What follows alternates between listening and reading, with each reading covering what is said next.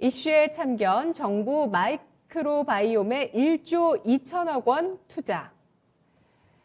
네, 마이크로바이옴 하면 저도 기억에 남는 게 작년 7월에 CJ제일제당이 첫 랩을 인수하고 나서 투자에 참견 시간에도 이 종목을 이슈에 참견해서 다뤘습니다. 이 모멘텀에 대해서 다뤘고요. 그러고 나서 8월 들어서 관련한 종목들이 꾸준하게 쭉 상승을 하더라고요. 한 달 동안. 그러고 나서 좀 조정을 받는 모습을 보였습니다. 마이크로바이옴 같은 경우는 사람 몸속에 있는 미생물을 활용해서 신약을 개발한다든지 화장품이나 건강기능식품을 개발하는 그런 바이오 기술이라고 보시면 될 텐데요. 정부도 정책적으로 지원을 한다고 하네요. 모멘텀이 좀 더 실릴까요? 네, 그렇습니다. 방금 앵커님께서 정리해 주신 대로 이제 마이크로바이옴이라는 것은 뭐 체내 미생물군을 뜻하는 바이오타와 이제 지놈이죠. 저희 유전자죠. 지놈이라고 하는 이제 단어의 합성어고요. 그래서 체내 미생물에 관한 모든 유전 정보를 이제 마이크로바이옴이라고 부르고 있습니다. 그리고 작년 12월 29일에 정확하게는 이제 과학기술부에서 과기부에서 마이크로바이옴에 대해서 향후 10년간 2023년부터 2032년까지 총 1조 1,500억 원, 이제 1조 2천억 원 정도를 이제 투자를 하겠다라고 했습니다. 정부가 이제 이런 마이크로바이옴이라는 것에 투자하는 데는 굉장히 좀 명확한 이유들이 있다라고 할 수가 있는데요.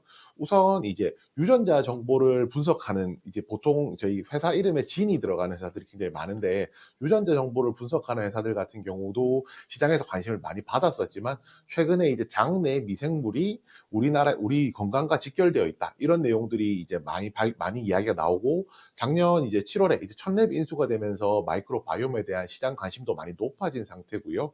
특히 이제 정부가 지원하는 배경 중에 하나는 뭐 글로벌 선두그룹하고 격차가 생각보다 멀지가 않다는 겁니다. 보통 일반적인 바이오나 이제 제약 같은 경우에는 이미 글로벌 피어랑 이제 우리 국내 제약회사, 바이오 회사들이 격차가 많이 벌어져 있는 상태이고 이거를 좁히기가 힘들거든요.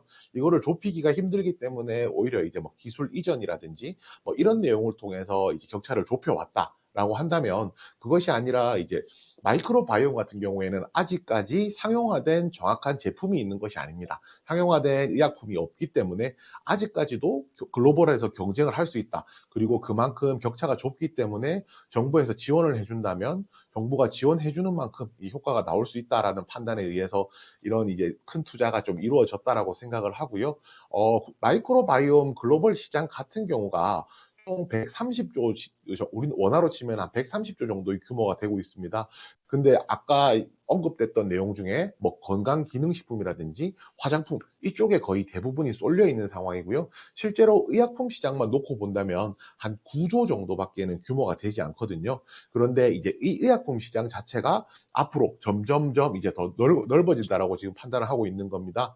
총 2026년까지 그 의약품과 관련된 마이크로바이옴 관련 시장이 연평균 한 93% 정도 성장할 것으로 좀 기대를 하고 있고요. 가장 중요한 것이 이제 세레나라고 하는 이제 지금 2022년 올해 이제 임상 3상 결과가 나오고 FDA 승인이 나오는 이제 회사가 있습니다.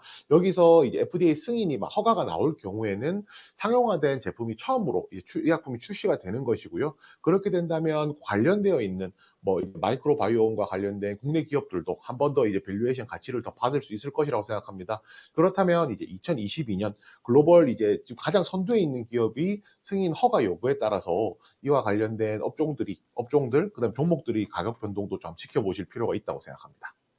네, 지금 피비님께서 조금 전에 말씀해 주셨던 FDA 신약 개발 가능성이 있는 그 마이크로바이옴 기업이 해외 기업이죠. 어떤 기업이라고요? 네, 세레스 테라퓨틱스라고 하는 기업이고요. 네. 지금 FDA 올해 안에 이제 2022년 안에 허가가 나온다라고 지금 이야기가 나오고 있습니다. 그래서 이 부분에 대해서 아직까지 확정된 것은 아니지만 만약에 허가가 난다라고 하면 최초 의약품이 나오고 시장이 완벽하게 열리는 것이기 때문에 네. 향후 따라갈 수 있는 기업들도 네, 기대됩니다. 네.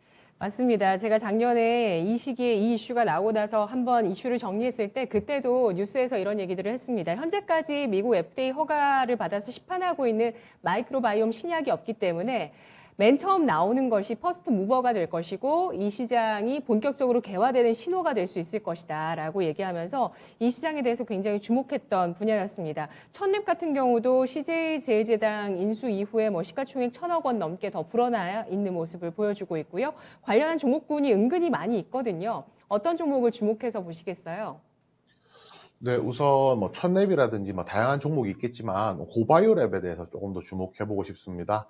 그 고바이오랩 같은 경우에는 많은 분들이 이제 마이크로 바이옴에 대한 사업을 하고 있고요. 저희 그냥 일반적인 건강 기능식품으로는 저희 프리바이오틱스 이런 것들을 만들고 있습니다. 현재 이제 건선 치료제인데요. 건선이나 아토피 치료제를 지금 개발을 하고 있고요.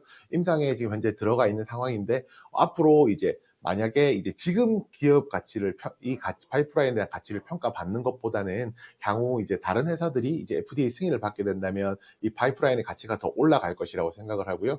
아직까지는 이제 마이크로바이옴 기업들 같은 경우가 가시적인 것이 없으니까 주가가 상대적으로 좀 저평가되어 있는 국면이라서요. 오히려 그런 국면에서 미래의 성장성에 베팅하는 방향으로는 고바이오랩 충분히 괜찮다라고 생각하고 있습니다.